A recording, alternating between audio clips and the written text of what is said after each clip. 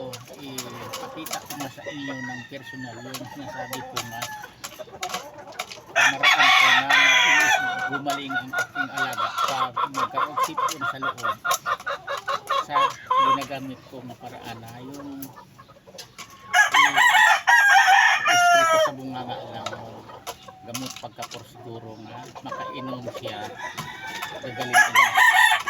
Bago ipagpatuloy ko ang lahat, magpasalamat muna ko sa inyong aking mga subscribers sa mga subscribe sa akin, kadagdag tingnan ko dito at sa aking mga followers at viewers kung pinatungkol sa inyo sa pag-support sa aking channel sa aking YouTube Kalyo Kasabong TV. Ito na siya kasabong. Yung isa sa manok ko, kasi iyan binunutan ko nagbuntot ito, walang buntot na ito dahil pinakawalaan ito, pinagala-gala ko. Ito ang napansin ko nga matagal bumaba. Yung iba nagkaino na siya, hindi pa bumaba. Ito ang namulok, ang kaganyan siya. Kaya nanuhuli ko siya, nilagay ko sa kulungan. Doon napansin ko nga kulay berde ang inikot niya, may halong konting puti. Kabisado ko na kasi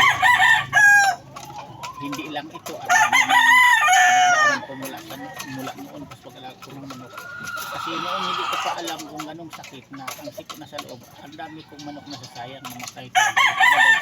Tulad nito, ang bilis pumayat kapag ang sikot na sa loob dahil mag-init lang ang katawan, hindi ganang kumakain, walang ganang kumakain, hindi kakain talaga. Yan o pulang-pula na ang mukha. Ito siya ang ginamot ko. Hindi ko lang nakuhaan o hindi ko lang hindi ko lang nakuha ang video, hindi ko na i-video kaya ibang manok na lang ang example ko sa inyo yung puti ko, pero ito siya pinakita ko to sa inyo para makita talaga niyo kung ano ko ito. Ito na siya, ito na yung pitso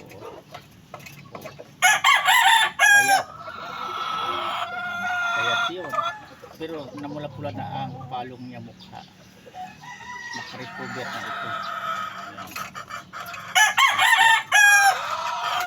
Ayan, mabilis na uli ang mga pakpak niya. Ganun lang kasimple. Hindi ko nga naubos nito yung isang sasi na binili ko nga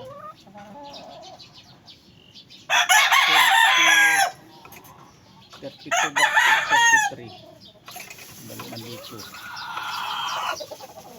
At 38 pala, 38. Hindi ko naubos. Gumaling na. Yan lang. Dalawang bisis ko lang ito siya. Lagyan sa ispray sa bunganga. Gamit ko nung itong ginamit ko. Nakita ko ito. Makatipid, pwede naman on dropper. Paliwanag ko sa inyo, pwede kung may dropper i-dropper nyo pagkasigurado. Ang daming pamaraan. Pag walang dropper, ito, mabilis madampot mo ito. Yan ang ginagamit ko pamaraan sa mga magkasakit sa loob. Sa sipon, sakit sa loob lang, sipon lang yan na sakit. Yan ang mabisa kong ginagamit na ang bilis makarecover. Pagkatapos idagdag ko sa inyo pala, kagaya nito, recover na siya. Lagyan naman natin ang inuming tubig, haluan natin ng dextrose powder. Yan ang pinaka sa akin ginagamit ko lang naman sa mga manok ko. Yan, i-share ko lang sa inyo, pinikwento ko lang dito sa aking channel, sa aking YouTube Kalyo Kasabong TV. Pero nasa inyo na yan, i-try nyo.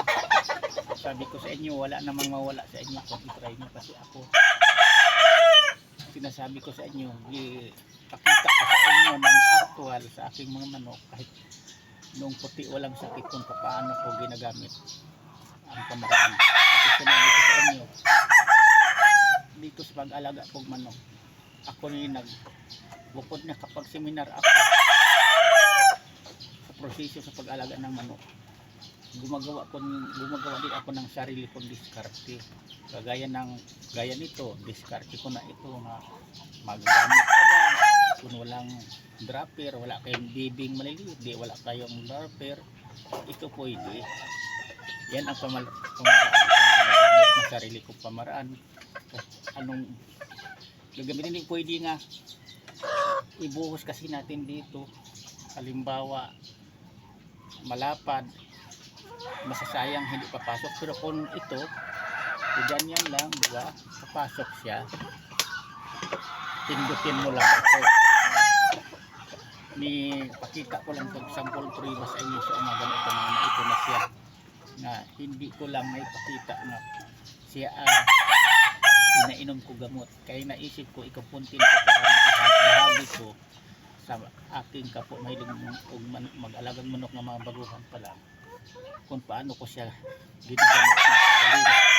Kaya yung puti ko walang sakit, yan ang nitry ko talaga sa inyo pakita, sample prueba.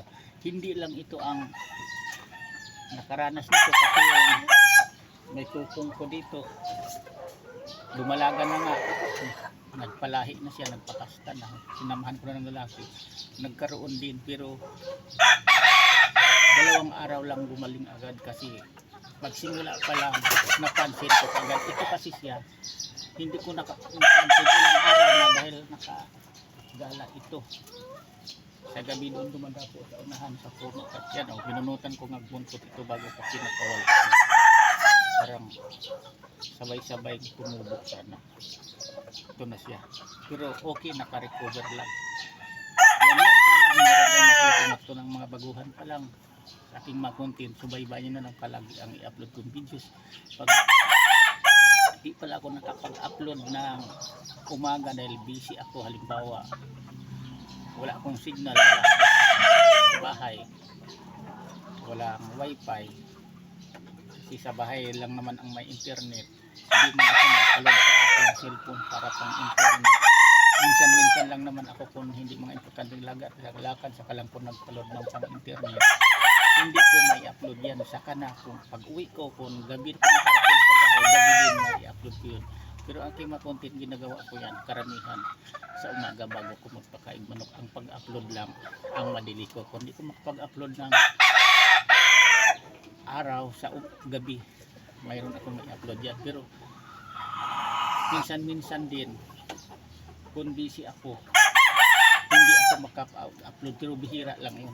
Kaya subaybayan nyo lang ang aking mga i-upload mga videos, mas kung sino ang mga may problema sa alagang manok, may naramdaman ng mga alagang manok na may naramdamang hindi maganda, mga sakit-sakit, halongkatin mo na lang ang aking mga content, mga videos dito sa ating channel, kasi nasa pinakailalim tinuturo ko yan kung paano mag-alaga, paano magbigay gamot sa ating mga diol, mga sisios. Diol pala kung content ko nan, pati yung sa incubator pinakita ko ang mga diol ko, mapanood nyo yan. Yan lang, maraming salamat ulit sa nag-support sa akin, sa aking mga followers, sa aking mga subscribers, sa aking viewers dito sa aking channel. Thank you sa inyo nga lahat. Sana huwag kayong magsawa sa pagpanood, mayroon talaga kayo dito makuhag mo natunan na pandagdag sa kaalaman nyo din sa pag-alaga ng manok, para hindi masasayang ang buhay sa mga favorite nating mga alagang manok. Ayun,